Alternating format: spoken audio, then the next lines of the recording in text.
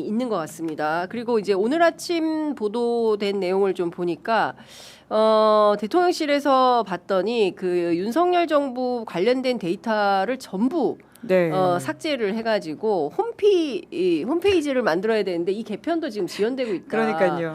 근데 너무 뭐라 그럴때 이걸 어떻게 표현해야 됩니까? 박절한가?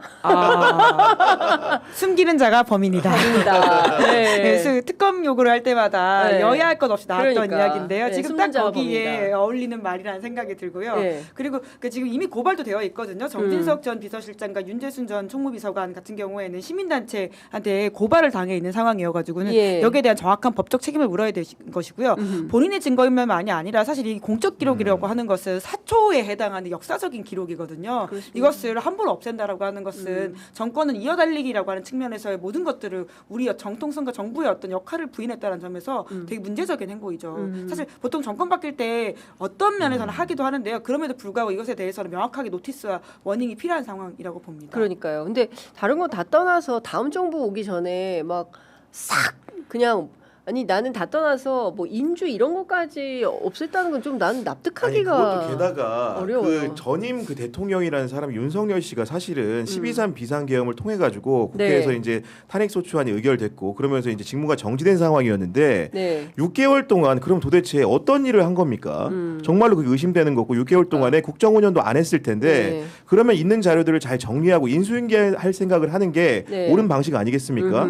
그럼에도 불구하고 이렇게 그 삭제 정황이 있다라는 것은 네. 분명히 수사를 통해서 규명을 해야 된다고 보고 얼마 전에 또 보면은 대통령 기록물을 관리하는 네. 과정에서 이관 과정에서 지종 기록물을 과다하게 만들어 가지고 결국은 열람을 제대로 못하게 한 것도 있었습니다. 이것도 만약에 이제 정상적으로 보려고 하면은 네. 압수수색이라든가 강제적인 절차가 필요하게 만들었거든요. 그러면 이렇게까지 해서 그 윤석열 정부 때 생산된 많은 기록들을 가려야 되는 이유는 무엇이었던가 네네. 이런 의구심을 가질 수밖에 없고 지금 특검의 수사 대상인 것들이 상당수가 윤석열 정부 대통령실이 단행한 일들이 많습니다. 대표적인 게 대통령 관저공사 같은 것이지 않습니까? 그렇습니다. 대통령 관저공사의 공사 주체가 누굽니까? 결국 그런 김건희의 비리라든가 윤석열의 부정부패를 가리기 위해서 대통령실 직원들이 동원된 것은 아닌지 이 부분을 철저하게 특검을 통해서 파헤쳐야 된다고 봅니다. 그렇죠.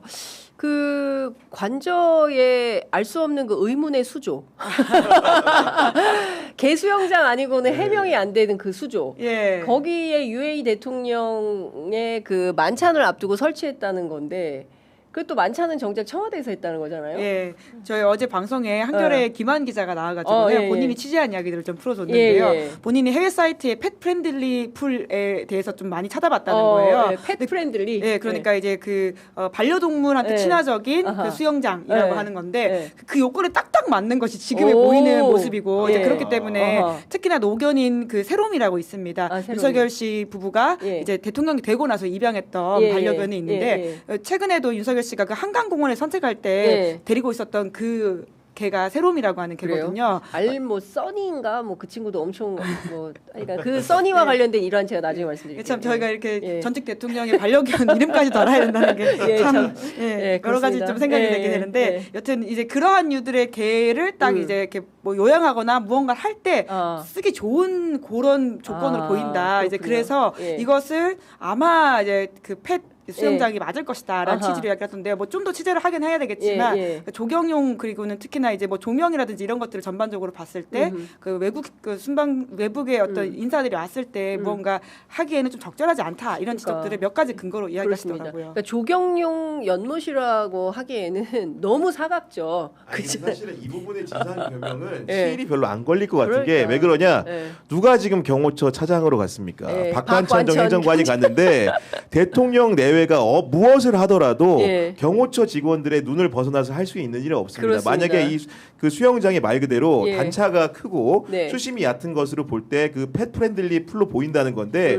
그에 대한 증언과 진술은 이미 박관천이 받아놨을 겁니다. 믿으십시오. 예, 네, 그럴 것 맞습니다. 네. 그럴 것 같더라고요. 네. 예. 아니, 뭐 그리고 당연하게 뭐 이렇게 경우에 따라서는 반려동물의 수영장이 있을 수도 있죠. 근데 가장 큰 문제는 뭐냐면 거기에 이제 국민 세금이 들어갔다라고 하는 그렇습니다. 부분 예. 그리고 일주일에 228톤이나 물을 쓰면서까지 네. 무엇을 했냐에 대한 의혹들이 해소되지 않는데 그게 이어지다 보니까 네. 아 역시나라는 네. 생각이 드는 것이잖아요. 그렇습니다. 그 지금 이제 저는 사실 이 관저와 관련해서 21g을 포함해서 여러 가지 이제 이슈가 되는 문제들이 이제 임기 초부터 있었고 저는 이것도 사실은 특검감이라고 생각합니다. 그렇죠. 예. 네. 도대체 말도 안 되게 왜 느닷없이 무슨 텐트를 치는 한이 있어도 청와대에 하루도 갈 수 없다라고 하면서 대통령실 이전하고 관저도 밀고 들어간 거 아닙니까? 그럼요. 군사작전 하듯이. 예. 거기가 원래는 외교부 장관 공간토 아닙니까? 그럼요. 예. 근데 가가지고 막 이렇게 말도 안 되는 걸 하고 그리고 또 여기하고 그 21g의 네. 대표는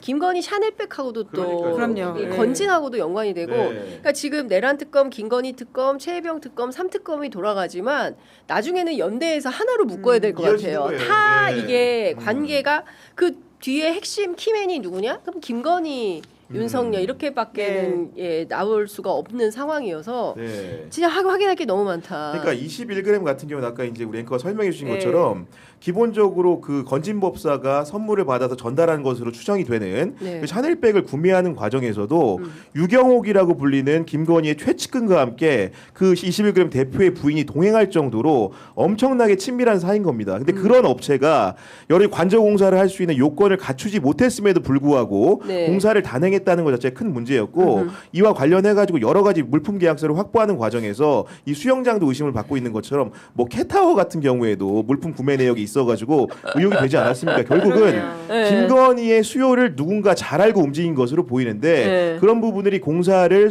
정부의 공사를 수주하고 게다가 그거는 대통령실의 관저 공사입니다. 네. 일대의 공사를 수주함으로써 받았던 혜택 같은 것들을 네. 분명히 이 부분 같은 경우에도 의혹이 많으니까 특검이 1순위로 다뤄야 된다고 봅니다. 그러니까요.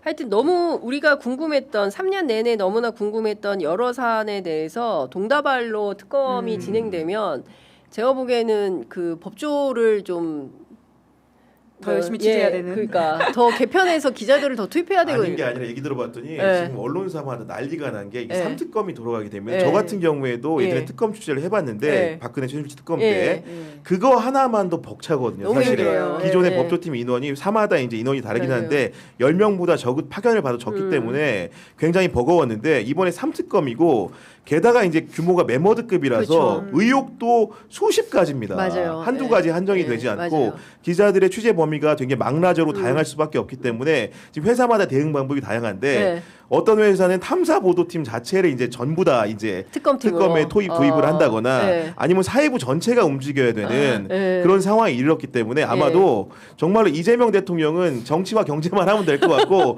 사회부 기자들이 네. 우리 연말까지는 네. 가장 바쁘지 않을까라는 추측을 하게 됩니다. 그럴 것 같네요, 네. 진짜. 그렇죠. 저 옛날에 삼성 특검 취재하다 진짜 죽을 뻔했어요. 진짜 그때 애도 어렸고. 지금 생각만 해도 정말 네. 근데 매일매일 매일매일 갈 새로운 때마다 내용이니까. 특종이니까 또 맞아요. 그리고 또 김용철 변호사님이 그때는 이게 또 쎄. 아. 일요일까지 또 기자 오라 그래가지고 또 단독인데 또 어떻게 안 가요? 또 가야지. 하여튼 근데 특검 열리면 아침 저녁으로 브리핑 네. 아침에 한 번, 오후에 한 번 하게 두 번 되고. 하잖아요. 브리핑을 두 번 하기 때문에 그때마다 뉴스가 장난 아니게 나옵니다. 그리고 이제 아마. 검찰청사를 벗어나서 아마 그것도 조율해야 될 거예요. 몇 그러네. 시에 할지 네. 삼특검이 그러니까. 여기가 10시 하면 11시, 9시, 10시, 11시 해야 될 것 같고 새 특검이 네. 그죠? 그럼 안 쓸 수가 없잖아요. 막 어마어마 바쁠 거다. 그리고 예. 일반 건물에 입주해서 하기 때문에 예. 보안도 상대적으로 취약하기 그래요, 때문에 맞아요. 기자들의 취재가 예. 일반 검찰청사에 수사하는 것보다 쉽습니다. 훨씬 더 용이하다는 점을 우리 기자님들께 예, 말씀드립니다. 네, 선배로서. 기자님들께 네. 팁을 드리겠습니다. 그리고 의외로 또 얘기를 또 잘해줍니다. 예. 전화하면 또 다 받습니다. 그래서 하여간 그 어마어마한 그리고 궁금한 내용들이 굉장히 많이 나올 거다. 특히 뭐 명태균, 건진 백이 샤넬과 디올만 있겠습니까? 그러니까요. 난 종류별로 네. 다 나올 수도 있겠다. 그리고 유진 YTN 유진 인수 관련해서 맞아요, 네. 그 통일교가 그렇게 공을 들였는데도 유진으로 넘어간 거 아닙니까? 예. 그러면 유진은 뭘 줬을까? 안 줬을까? 뭐 이런 그러니까요. 궁금한 겁니다. 네. 예. 궁금한 거예요. 고발하지 마시고요. 예. 그냥 제 차원에서 의혹. 의혹을 네. 제기한 호기심. 겁니다. 예. 여러 가지 궁금한 게 많기 때문에 한번 이것도 좀 취재해 봄직하다라는 생각이 좀 듭니다.